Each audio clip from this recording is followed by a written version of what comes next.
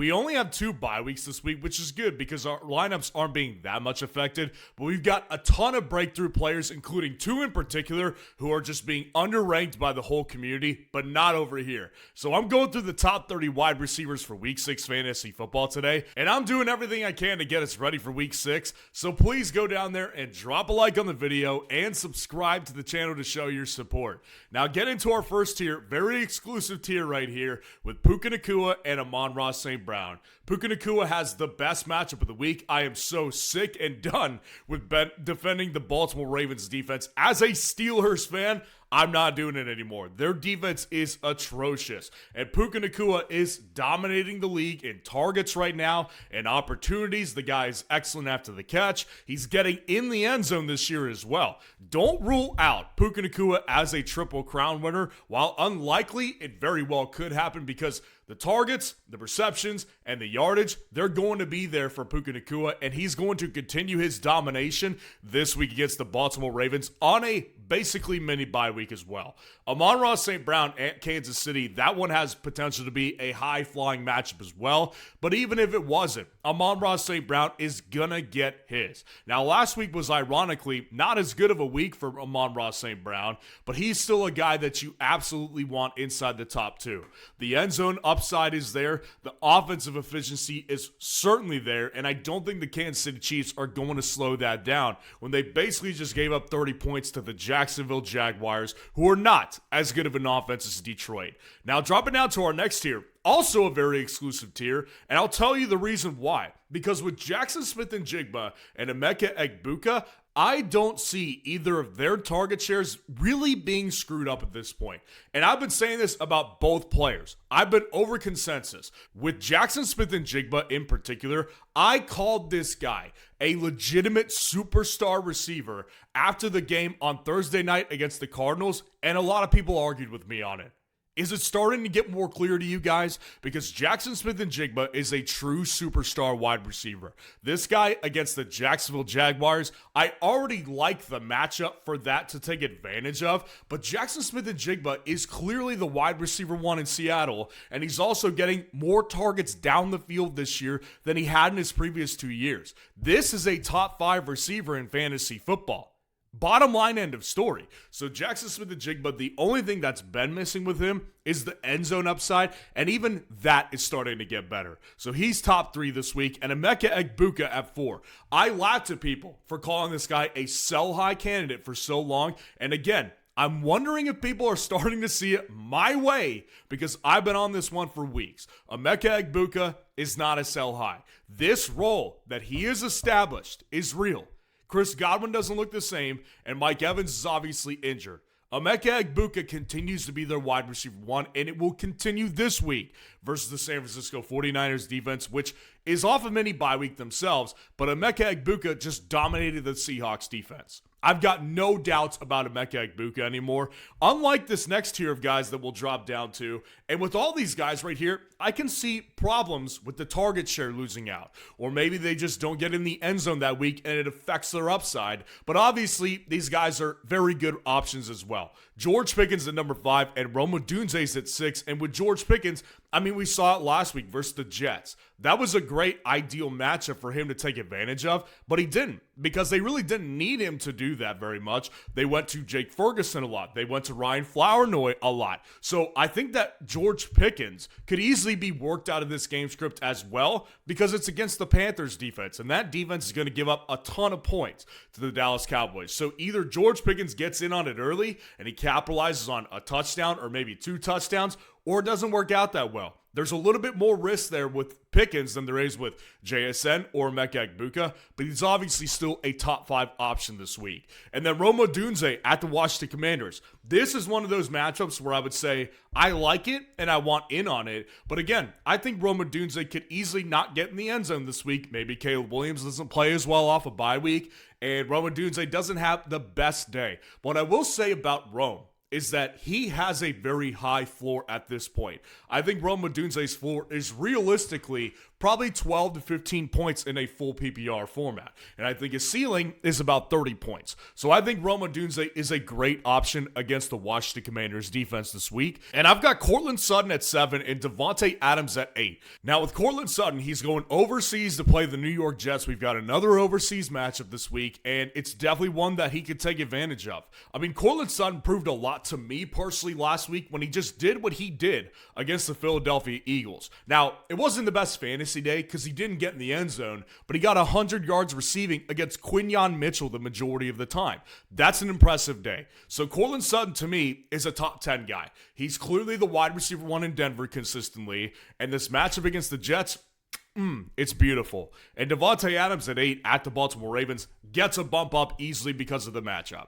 Baltimore's defense is atrocious. They're already injured and they're already bad. I think that this matchup for Davante Adams, he could easily take advantage of and have a monstrous day in fantasy. And realistically, they both could. So I got him in the top 10, and I've been saying this for weeks. This is clearly the best wide receiver 2 in the NFL when it comes to fantasy football. And Davante Adams in this matchup, I'm all in on it. And Deebo Samuel's at 9 to round out this top tier because Deebo Samuel, at this point, is must start. And I was right about this guy all off season long, and he was one of my most drafted players this year. I'm glad I drafted him because he looks like old Deebo Samuel. He does. He wants a contract. This guy's motivated to play. And Jaden Daniels being back against the Chargers was everything. He's still the wide receiver one. Maybe Terry McLaurin comes back this week, but still, this guy has done so well on a per-touch basis this year that even when Terry comes back, I'm not convinced that Deebo Samuel just goes away.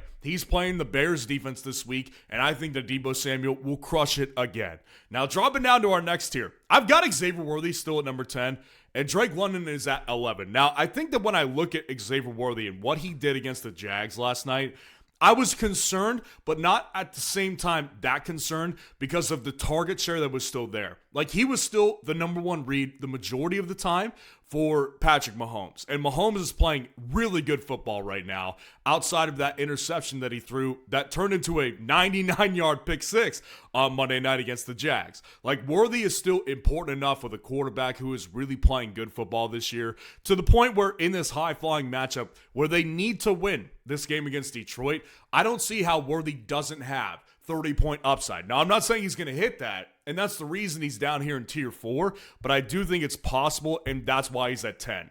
And London's at 11. They're coming off a bye week and playing the Buffalo Bills on Monday night in this doubleheader again. Let me ask you a question. Who is asking for these Monday night doubleheaders? These suck. But I think that Drake London in this matchup versus Buffalo, it's an opportunistic matchup as well. Buffalo's defense can be beaten, particularly on the back end. So I think Drake London has an opportunity here. They're coming off a bye week. I still worry about this offense on a week-to-week basis with the upside, but I do think the upside is certainly there against the Bills' defense. Michael Pittman Jr. is at 12, and Jalen Waddle's at 13. And listen, with Michael Pittman Jr., this is a very safe floor guy.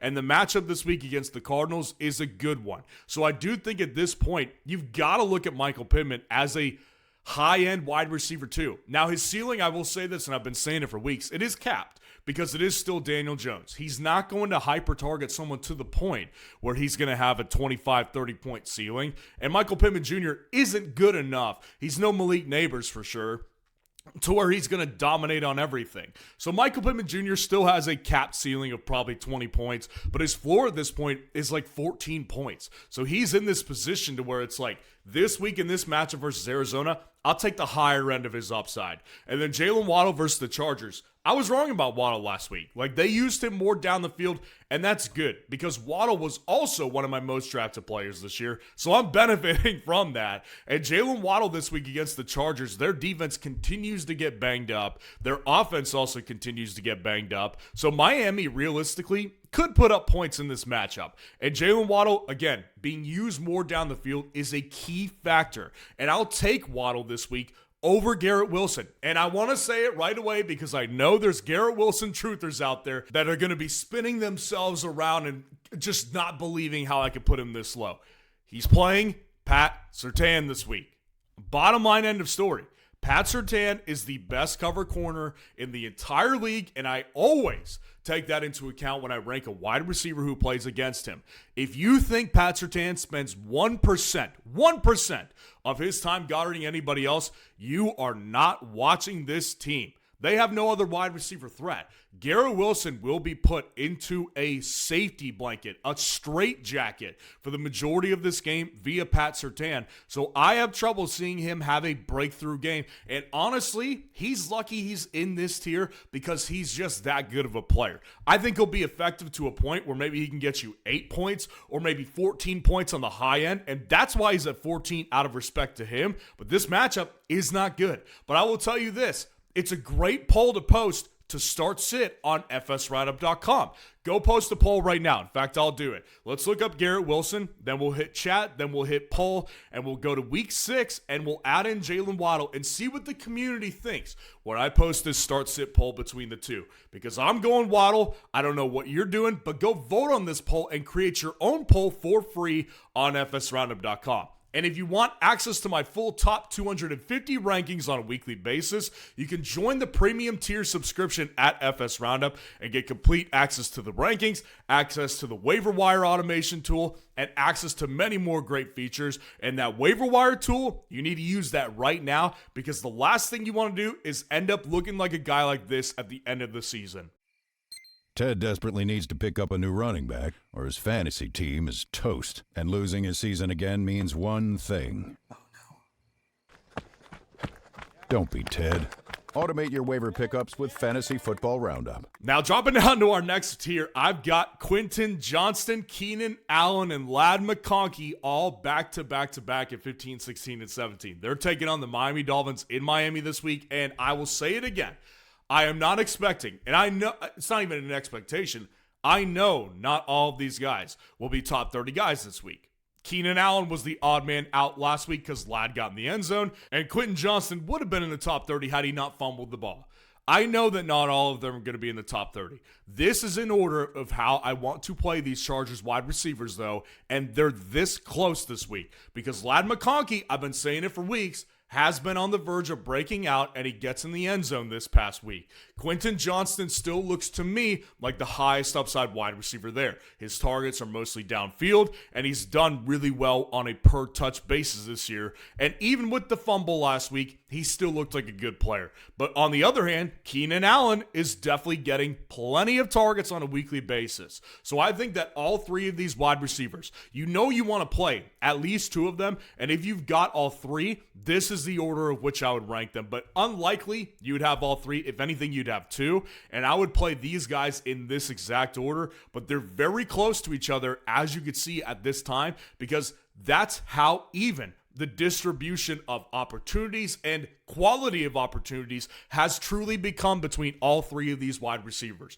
But the bottom line remains this right here. They have Justin Herbert at quarterback, and that's a quarterback that you want to be attached to as a fantasy wide receiver. Now at 18 and 19, I've got Ricky Pearsall, if he plays, and DK Metcalf coming off a bye week. So with Ricky Pearsall at the Tampa Bay Bucks, the matchup is definitely ideal, and it's an opportunistic one.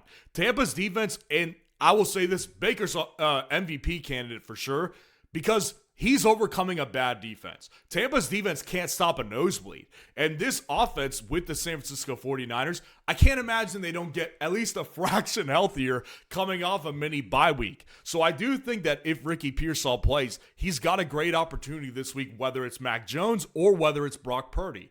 I do think it's a match I want to take advantage of, and hopefully he plays because I could see good things if he does. And then with DK Metcalf off the bye week versus the Cleveland Browns, the Steelers are usually pretty good off a bye, but sometimes they're not. And I do think DK Metcalf at this point, he's such a big play threat that realistically he can go off for like an 80-yard catch like he did against the Vikings. Now, I will say this. His volume is not as good as I once thought it would be because he's being, again, double, triple teamed basically every play because they don't have a true legitimate wide receiver too. But they do throw to the tight ends a lot. So I do see a world where DK Metcalf's floor is still pretty low, but I do think his ceiling is right around that 20 to 25 point range. So I'll take him in this matchup against the Browns to have a pretty good day.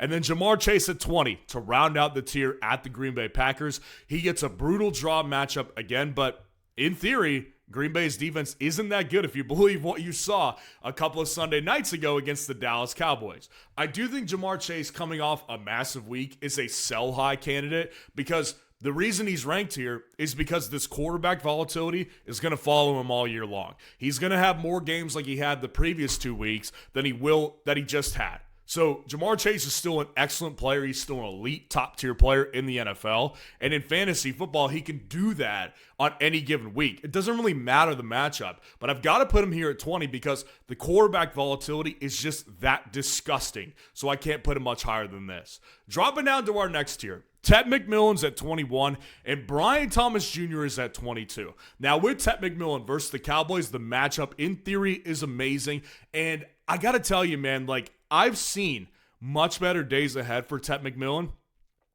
I'm not convinced they're going to show up anymore. Ted McMillan, the target share is there on a weekly basis. This is their best receiver on a weekly basis. And I will say this, he does get downfield work, but at the same time, man, he's got Bryce Young as his quarterback, and realistically, there's just not much upside there. So Ted McMillan, he hasn't been in the end zone yet, and he is getting targets down the field, which keeps him inside the top 30, but he is still a low-end wide receiver too because of the quarterback play. Now, I do think there's an opportunity here against the Cowboys if he could get in the end zone because the secondary is not that good, but it's not something I'm really trying to take advantage of on a buy low opportunity necessarily anymore because he's just not playing with a good quarterback. And then Brian Thomas Jr. at 22 versus the Seattle Seahawks. In theory, the matchup sounds tough, but you just watch Tampa Bay rip them apart. And I said this before the game on Monday night versus the Kansas City Chiefs, that I thought the Jags were a fraudulent 3-1 team and they were about to be exposed. Well, they exposed me for not knowing that they were actually a good team, and now they're 4-1. And that throw Trevor Lawrence made at the end of the game to Brian Thomas Jr. was a beauty. That one was a beauty right there. So Brian Thomas Jr., maybe him and Trevor Lawrence are starting to connect a little bit. I'm still not fully on board with ranking him much higher than this, but I will tell you a little bit more of a fluid ranking right here because Seattle's matchup, in theory, may not be as bad as we once thought. And number two, him and Trevor Lawrence maybe start clicking after a good week against the Kansas City Chiefs. Stephon Diggs makes his debut inside the top 25 at 23, and Chris Godwin rounds out this tier at 24. Now, with Stephon Diggs, this guy, I said it on Monday night. I was wrong. Stephon Diggs looks good again, and he is the wide receiver one in this offense now. It's not Kayshon Boutte, who I've been saying is the wide receiver one for weeks now. Stephon Diggs literally looks like that guy because he looks like old Diggs a little bit. And maybe it was just against the Bills that he was just that motivated to play well. But against the Saints defense, that defense is atrocious. The Saints winning this past week, that was an offensive performance. Their defense can't really stop a nosebleed. So I do think that this defense is an opportunistic matchup to take advantage of. And Diggs, the way he's looking right now, literally looks like a target hog like he looked like for most of his career. So I think Diggs even may be too low at this point, but I'm going to be a little bit slower to this breakout party too because I still don't trust Diggs and I still don't trust this New England offense to be very consistent with who they're utilizing as their main options in this offense on a weekly basis. And then Chris Godwin at 24. Less targets this past week and still minimum production. So it's definitely not fun to have to decide whether you're going to play Godwin or not. And I understand for people who may think this is too high of a ranking. But this matchup versus San Francisco, I do think is opportunistic. And I do think that the Tampa offense, and Baker in particular, is playing too well to rule out another wide receiver in this offense outside of the top 30. I think Chris Godwin is a couple of weeks away maybe from having a massive game. But I do think over time, will become more efficient on a per opportunity basis, and I do think has a spot for me inside the top 25 once again. Now, dropping down to our last tier right here, Devonta Smith is at 25, and Jawan Jennings is at 26. Now, Devonta Smith ends up being the primary beneficiary of a pretty good day from Jalen Hurts throwing the ball against the Denver Broncos. And ironically, it's like I said last week before the week started, it was hilarious. Someone came on here last week in the wide receiver rankings and was trying to clown me for having Kendrick Bourne ranked over A.J. Brown. Well, I'm still waiting for my apology from that Yahoo in particular because Kendrick Bourne was awesome and A.J. Brown, as I predicted, was blanketed by Pat Surtain. And Devonta Smith, at this point, his chemistry with Jalen Hurts is better than A.J. Brown's. It's bottom line, end of story. This Thursday night game offers an opportunity against the Giants defense to take advantage of. So yeah, I'm going to take Devonta Smith over A.J. Brown at this point in fantasy football. And then Jawan Jennings at 26 at the Tampa Bay Bucks. Again, in theory, the matchup sounds really good. And Jawan Jennings suited up for practice on Monday while Ricky Pearsall didn't. So I'm projecting that both these guys play, and if they both do, I think Ricky Pearsall's the better option. But if he doesn't play and Jennings does, Jennings is probably going to be inside the top 20. So make sure you understand this ranking is very fluid, and it's a great matchup to take advantage of versus the Tampa Bay Bucks defense. Marvin Harrison Jr. is at 27, and Chris Olave is at 28. Now with Marvin Harrison Jr. at 27, we're going to continue to see just like a very cyclical season from Marvin. I mean, Marvin is a guy I still don't trust very much. Now, he had a good fantasy day again in week 5, and it wasn't even that good, but that's the reality, is that his ceiling actually isn't that high. And Kyler Murray may or may not play this week. I would imagine he does since he came back in the game. But Marvin Harrison Jr. against the Colts, that's not exactly the greatest matchup, I don't think, anymore at this point. So I do see a week where Marvin could have a pretty downer game. Because against any opponent, he could easily have a downer game. The bottom line remains this. It's a player that, of course, has the physical gifts to have a 20-point game, but also has the mental game to do nothing because he doesn't have enough confidence. And that's why I can't rank him much higher than this. Chris Olave at 28, the only reason he's not ranked above Marvin is because I don't see the upside.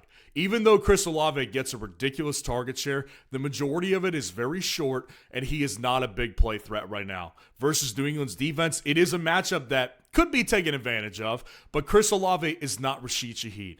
That's their big play threat. It's not Chris Olave, and for that reason, I can't see him having much of a higher ranking because his upside is still capped because the targets are just not downfield enough. And then Zay Flowers at 29, and to round us out at 30, yeah, I've got Wan'Dale Robinson above A.J. Brown. And I'll probably be right again. Now, Zay Flowers at 29 against the Los Angeles Rams. The one good thing about Zay Flowers is that he is getting targeted without Lamar Jackson. Like, Cooper Rush is getting Zay the ball. Zay didn't have a great fantasy day last week, but he was targeted, and he actually was pretty good on all of his opportunities. So Zay is still a good player. And this matchup, actually the good thing is that the Rams' one weakness with their defense is the passing game. They don't have a good secondary. So Zay, I still think he's a top 30 guy this week because of opportunities and matchup that he could take advantage of this week. And then Wan'Dale at 30. Like I said, I'll probably be right again. Now, you could actually, it'd be hilarious if I was wrong on this one, but they're playing on Thursday night, so you'll know pretty early, and you can come back and clown me if I'm wrong about this one. But Wan'Dale, I'll take him, because the reality is Darius Slayton probably doesn't play for this game, and if Jackson Dart is playing, I want an opportunity in this matchup versus Philadelphia's defense. Wan'Dale's going to get targeted into oblivion, because I'm going to just project it. Darius Slayton won't play, and their wide receiver 2 at this point would be Jalen Hyatt. They're going to get Wan'Dale the ball a bunch. Now, if Dart doesn't play, all bets are off, and I'll rank A.J. Brown over Wan'Dale Robinson, but I'm assuming Dart plays, and if he does, I want Wan'Dale inside the top 30 over A.J. Brown. So let me know what you think of the rankings in the comments below, and if you want to see Week 6's buy low candidates to get this week, click on this video right here.